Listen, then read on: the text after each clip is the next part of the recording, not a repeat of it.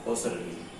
आने वाले कुछ महीनों में बिहार विधानसभा चुनाव का बिगुल बजने वाला है, लेकिन अभी से ही कई ऐसे प्रत्याशी हैं जो अपनी दावेदारी किसी दल में या किसी क्षेत्र में शुरू कर दिए हैं। इसमें से बहुत सारे ऐसे प्रत्याशी हैं जो रूरल पार्टी से भी हैं। ये जरूरी नहीं है कि जो आज वर्तमान विधायक हैं वो उनको पार्टी उनको टिकट दे ही दे, या ऐसा भी नहीं है कि जो लोग पहले से पार्टी में बने हुए हैं उनको भी उन पार्टी के हिसाब से टिकट मिल ही जाए।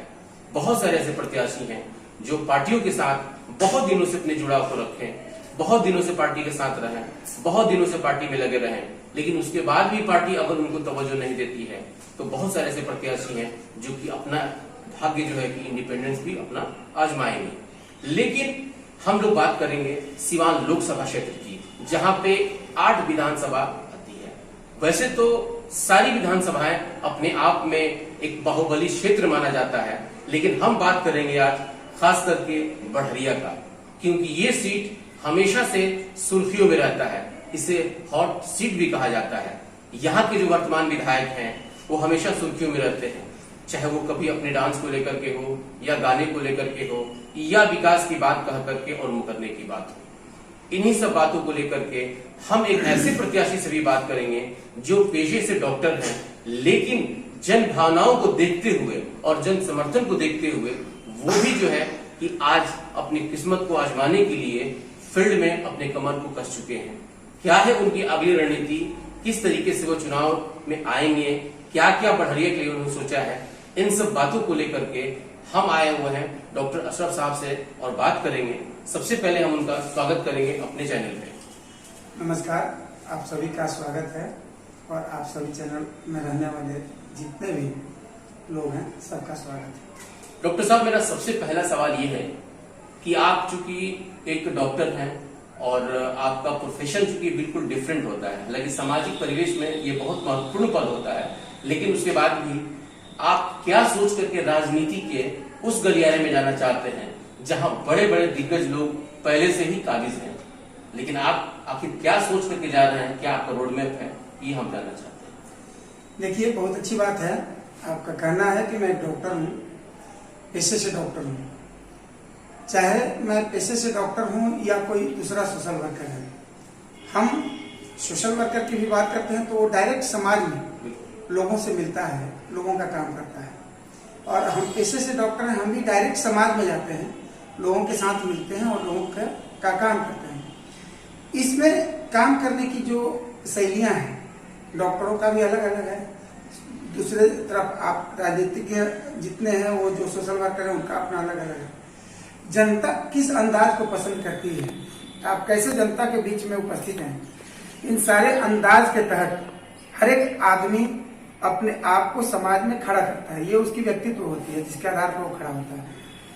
मैं लगभग 13 वर्षों से यहाँ बढ़रिया में हूँ, जनता के बीच में हूँ, डायरेक्ट जनता का काम करता हूँ। ये मेरे लिए बहुत ही खुशनसीबी की बात है कि मैं बढ़रिया में अपना प्राइवेट प्रैक्टिस भी किया और यहीं पे सरकारी अस्पताल में प्राथमिक स्वास्थ्य केंद्र में जॉब भी किया। तो चाहे अस्पताल से हो या मेरे प्राइवेट क्लिनिक से हो, मैंने हर एक जगह बहुत ही ईमानदारी पूर्वक जनता के बीच में रहा और जनता का सेवा किया। जनता के सेवा के दरमियान मुझे बहुत जनता का प्यार मिला, बहुत ही जो इमेजिनेशन नहीं किया जा सकता है कि जनता अपने किस जगह पे हमको रखी, हम इमेजिन नहीं कर सकते हैं। खैर, इन सारी बातों के तहत मैंने यहाँ के और बहुत सारी चीजों को देखा। जैसे 12 साल 13 साल का यहाँ जो वक्त गुजारा उसमें बहुत सी चीजों को देखा। तो ये भी देखा कि यहाँ पे राजनीतिक जो विकास होना चाहिए, राजनीतिक जो भी लाभ मिलने चाहिए जनता को, वो प्रॉपर तरीके से नहीं मिल रहा है। ये बहुत ही इम्पोर्टेंट इन्होंने बात कहा कि यहाँ जो राजनीतिक लाभ मिलना चाहिए वो नहीं मिल पाया। लेकिन मैं इसमें एक बात करूंगा कि डॉक्टर साहब, चूंकि आप एक प्रोफेशन से हैं, वो भी डॉक्टर के पेशा है और राजनीति क्षेत्र अलग होता है, इसके दाव पेच को कैसे आप जनता के बीच में ला सकते हैं? क्योंकि इसमें बहुत ऊंच खाल बहुत नीच रहती है, इसको आप कैसे गैप को भर पाएंगे, इसके बारे में जरा बताइए। आप 2 ऊंच खाल की बात कर रहे हैं, एक राजनैतिक और एक डॉक्टरी मेडिकल प्रोफेशन। और सबसे इम्पोर्टेंट उच्च खाल की बात आप नहीं कर रहे हैं, जो मैं बता रहा हूँ।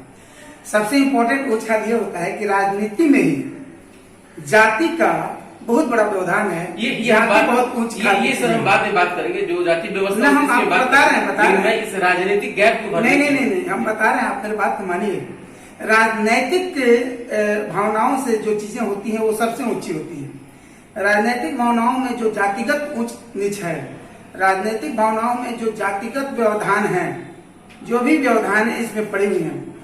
आज पूरे बड़हरिया विधानसभा की जनता ये कहती है कि डॉक्टर अशरफ अली के आने से जातिगत जो भेदभाव था वो खत्म हो गया। तो कहीं ना कहीं मेरी व्यक्तित्व ये बात एक्सप्रेस करती है कि मेरे नाम पे राजनीति में जातिगत व्यवधान खत्म हो गया। देखिए, वैसे तो पूरे बिहार की राजनीति जाति व्यवस्था पे टिकी रहती है। पूरे देश में जब कहीं भी राजनीति होती है उसका एक अलग रोड मैप होता है, लेकिन बिहार की अलग होती है। खैर, बहुत अच्छी बात है कि डॉक्टर साहब बहुत पहले ही स्टेप में जातिगत राजनीति को समझ रहे हैं। लेकिन मैं इनसे ये भी पूछना चाहूंगा कि सर एक बात बताइए कि जो बिहार खास करके बढ़िया का जो विकास की बात है, इस विकास को आपने किस एंगल से देखा, और आने वाले आपके क्षेत्र में जिस तरीके से बहुत सारा ऐसा काम अभी पड़ा हुआ है, वर्तमान विधायक जो है उनके ऊपर भी सवाल उठ रही है, आप इस रोड मैप को आगे तक कैसे बढ़ा पाएंगे? क्या सोच करके आप अपनी दावेदारी रखे हुए हैं? क्या आपने बढ़िया के लिए बना? विकास के विषय में मैंने प्रॉपर तरीके से जो देखा और सोचा, वो हमने टोटल स्टडी में यही पाया कि हमारे अभी पूर्वत अवस्था में या अभी जो वर्तमान अवस्था में हमारे जो माननीय मुख्यमंत्री महोदय हैं श्री नीतीश कुमार जी, उन्होंने एक अच्छा छवि लेकर के अपना बिहार में कदम रखा। और यही वजह है कि लोगों की रुझान की तरफ बढ़ी। लेकिन जब उनकी छवि आई तो छवि का 3 फेज हुआ। फर्स्ट फेज उनकी 5 साल की सरकार बनी।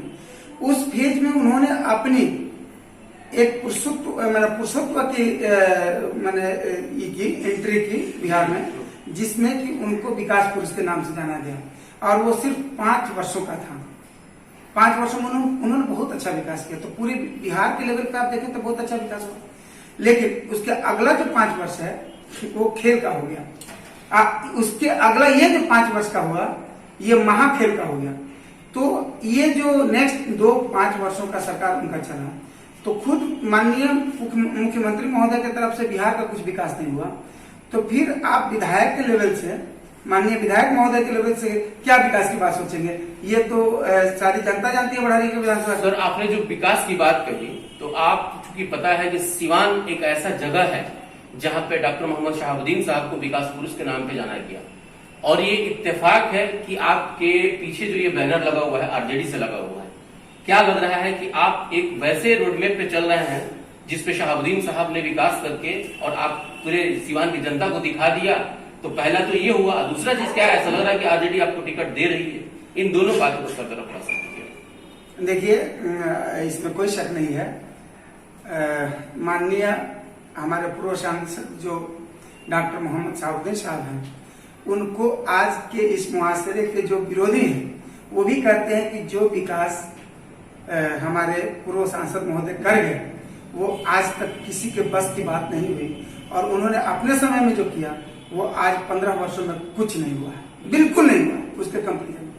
तो उस जमाने में जो उन्होंने विकास किया, जिस जमाने में विकास का कोई आधार नहीं था, तो आज वो होते तो कितना विकास हुआ रहता, ये सब लोग महसूस करते हैं, सोचते हैं।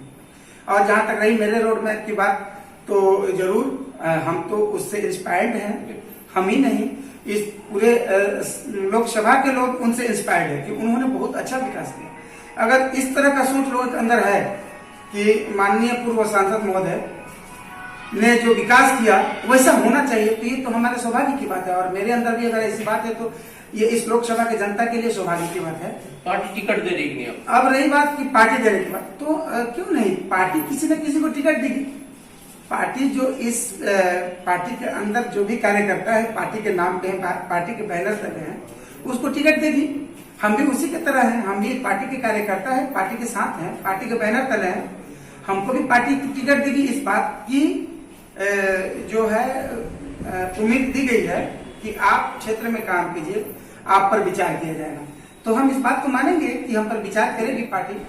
माननीय पूर्व सांसद महोदय जनाब डॉक्टर मोहम्मद शहाबुद्दीन साहब हैं, जनाब मैडम जो हिना साहब हैं, आपके माननीय पूर्व मंत्री श्री और बिहारी चौधरी जी हैं, माननीय हमारे जिला अध्यक्ष जो अभी के हैं परमात्मा राम जी हैं, वो ये सब लोग हमको आश्वासन दिए हैं कि आप क्षेत्र में काम कीजिए, अगर जनता चाहेगी तो आपको टिकट दिया। बहुत अच्छी बात है। मैं बहुत ही मुझे अच्छा लगा कि अपनी बेबाकी से इन्होंने बात रखा, और वो इस समय में कर रहे हैं जब अभी पार्टी की टिकट की कोई बात नहीं चल रही है, लेकिन उसके बाद भी अगर इनको इस बात की उम्मीद है कि पार्टी इनको टिकट दे रही है तो ये एक अच्छी पहल है। और मैं चाहूंगा कि जिस तरीके से हो, यहाँ की जनता एक ऐसे प्रत्याशी के बारे में भी विचार करे जिसकी छवि पहले से एक प्रोफेशन पे था और आज जो है कि राजनीति में आ रहे हैं, क्योंकि राजनीति का बदलाव होना चाहिए, अच्छे लोग आना चाहिए।